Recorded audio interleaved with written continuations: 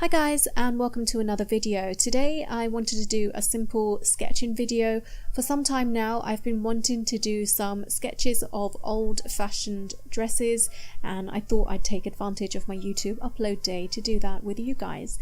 So to find the reference photos for this video, I typed in fashion from 1900 and I also typed in dresses from 1900. I saved quite a few pictures, but I only ended up drawing 3 of them, mainly because when I'm sketching I quite enjoy taking my time and putting in a little bit more detail than I guess I need to.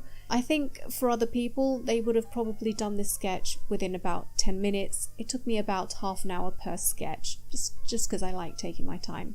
I think I'm not the only one who's fascinated by the dresses that existed around that time, but something I'm not too fond of is how small the waists are on all of the models in the pictures I had picked.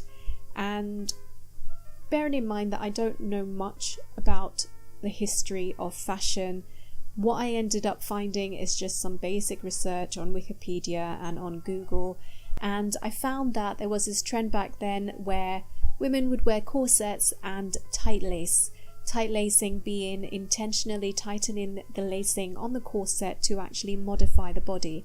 Maybe I'm being a bit mean when I say this, but I don't find that abnormally tiny waist attractive at all. I tend to prefer the natural, unmodified proportions of the human body, but you know, each to their own. So after noticing how small the waists of these women are, it kind of got me thinking about Disney characters and cartoons that had really small waists, and now it kind of made sense.